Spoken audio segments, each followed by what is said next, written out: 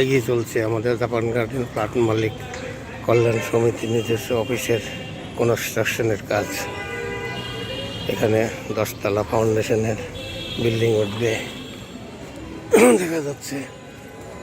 ভিতরে যে ফাউন্ডেশনের রডগুলো দেখা যাচ্ছে এখানে এখানে কাজ হবে। আশা করি আমরা আগামী 6 মাসের ভিতরে এখানে নতুন স্থাপনা দেখতে পারবো। প্লাট মালিক কল্যাণ সমিতির নিজস্ব অফিস।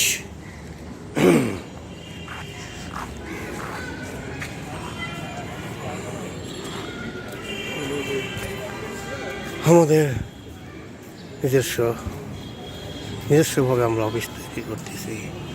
এটা আমাদের এই গত 1 যুগের আন্দোলনের পর এই অফিসের কাজ শুরু হলো।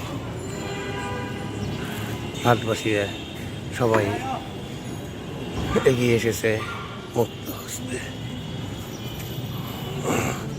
আলহামদুলিল্লাহ কাজ যেন সফলভাবে সম্পন্ন করতে পারি।